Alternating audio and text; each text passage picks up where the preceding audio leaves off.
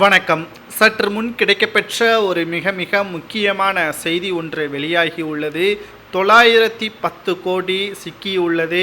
திராவிட முன்னேற்ற கழகத்தின் கூட்டணியான விடுதலை சிறுத்தை கட்சியின் துணை பொதுச் செயலாளர் ஆதவ் அர்ஜுனன் அவர்களது வீட்டில் கிட்டத்தட்ட 3 நாட்களாக அமலாக்கத்துறை அதிகாரிகள் சோதனைகள் நடத்தி வருவதாலும் தற்பொழுது கூட்டணியிலிருந்து விலகுவதாக திமுகவிற்கு கடிதம் அனுப்பியிருந்தது.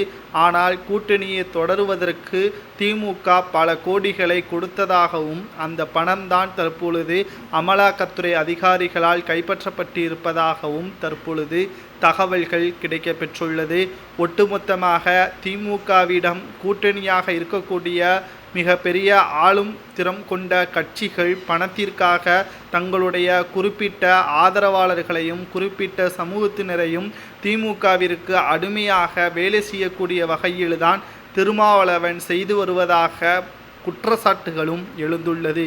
நீதிக்கு எப்பொழுதுமே நாங்கள் தலைவணங்குவோம் என்பதற்கேற்ப திருமாவளவன் பல்வேறு போராட்டங்களை நடத்தி கூறியிருந்தார். ஆனால் ஆட்சியிலும் அதிகாரத்திலும் பங்கு கொடுப்போம் என்று தமிழக வெற்றிக் கழகத்தின் தலைவர் விஜய் அவர்கள் தெரிவித்ததற்கு ஆதரவு கொடுக்காமல் இருந்தாலும் பரவாயில்லை, ஆனால் எதிர்ப்பை கொடுத்திருக்கிறார். அதாவது ஆட்சியிலும் அதிகாரத்திலும் பங்கு கொடுப்பது என்பது சிறுபான்மையினர் என்ற காரணத்தினால் அவர்களை ஒதுக்குவது கிடையாது. கூட்டணி வந்துவிட்டால் அவர்களுக்கென்று அங்கீகாரத்தை கொடுப்பதுதான் என்பதை தெள்ளத் தெளிவாக விஜய் அவர்கள் கூறியிருந்தார்.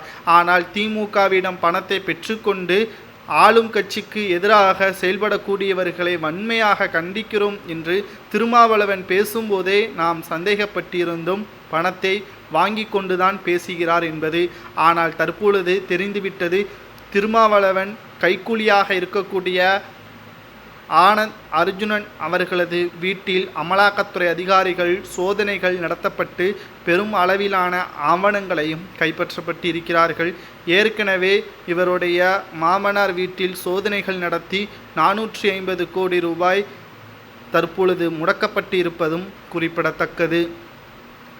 திமுகவிடம் இருந்து பணத்தை பெற்று இவர்கள் அவர்களது கைக்கூலியாக இருப்பதனால் மக்கள்தான் திண்டாடுகிறார்கள், மக்கள்தான் ஏமாற்றம் அடைகிறார்கள் என்பது வெட்டு வெளிச்சத்திற்கு வந்துவிட்டது.